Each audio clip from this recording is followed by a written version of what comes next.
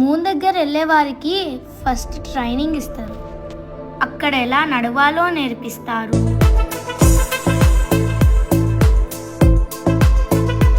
అక్కడ ఎలా తినాలి, ఏం తినాలి అని నేర్పిస్తారు.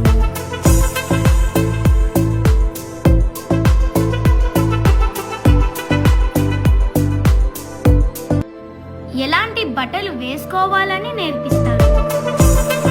టోటల్గా అక్కడ ఎలా ఉండాలో ఇక్కడ వారికి పూర్తిగా ట్రైనింగ్ ఇచ్చేస్తారు.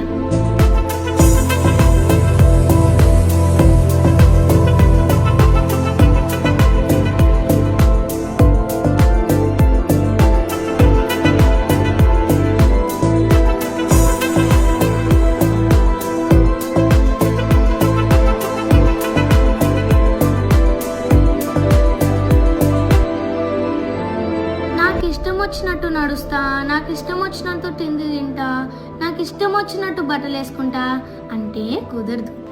టోటల్గా చేంజ్ కావాల్సిందే.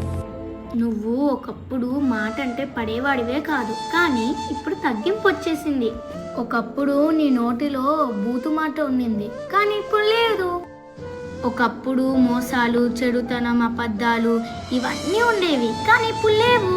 నీ డ్రెస్ స్టైల్ మారింది, నీలో ఉండే చెడు అలవాట్లన్నీ పోయాయి. ఒకప్పుడు చూసిందల్లా కావాలి, కానీ ఇప్పుడు నిగ్రహం కలిగి ఉన్నావు. ఒకప్పుడు గలాట అయితే ఎన్ని రోజులైనా మాట్లాడేదాన్ని కాదు, ఇప్పుడు నీవే పలకరిస్తున్నావు.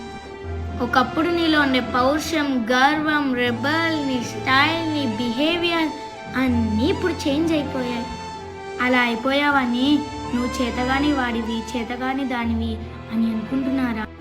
నీకు మాట చెప్పనా?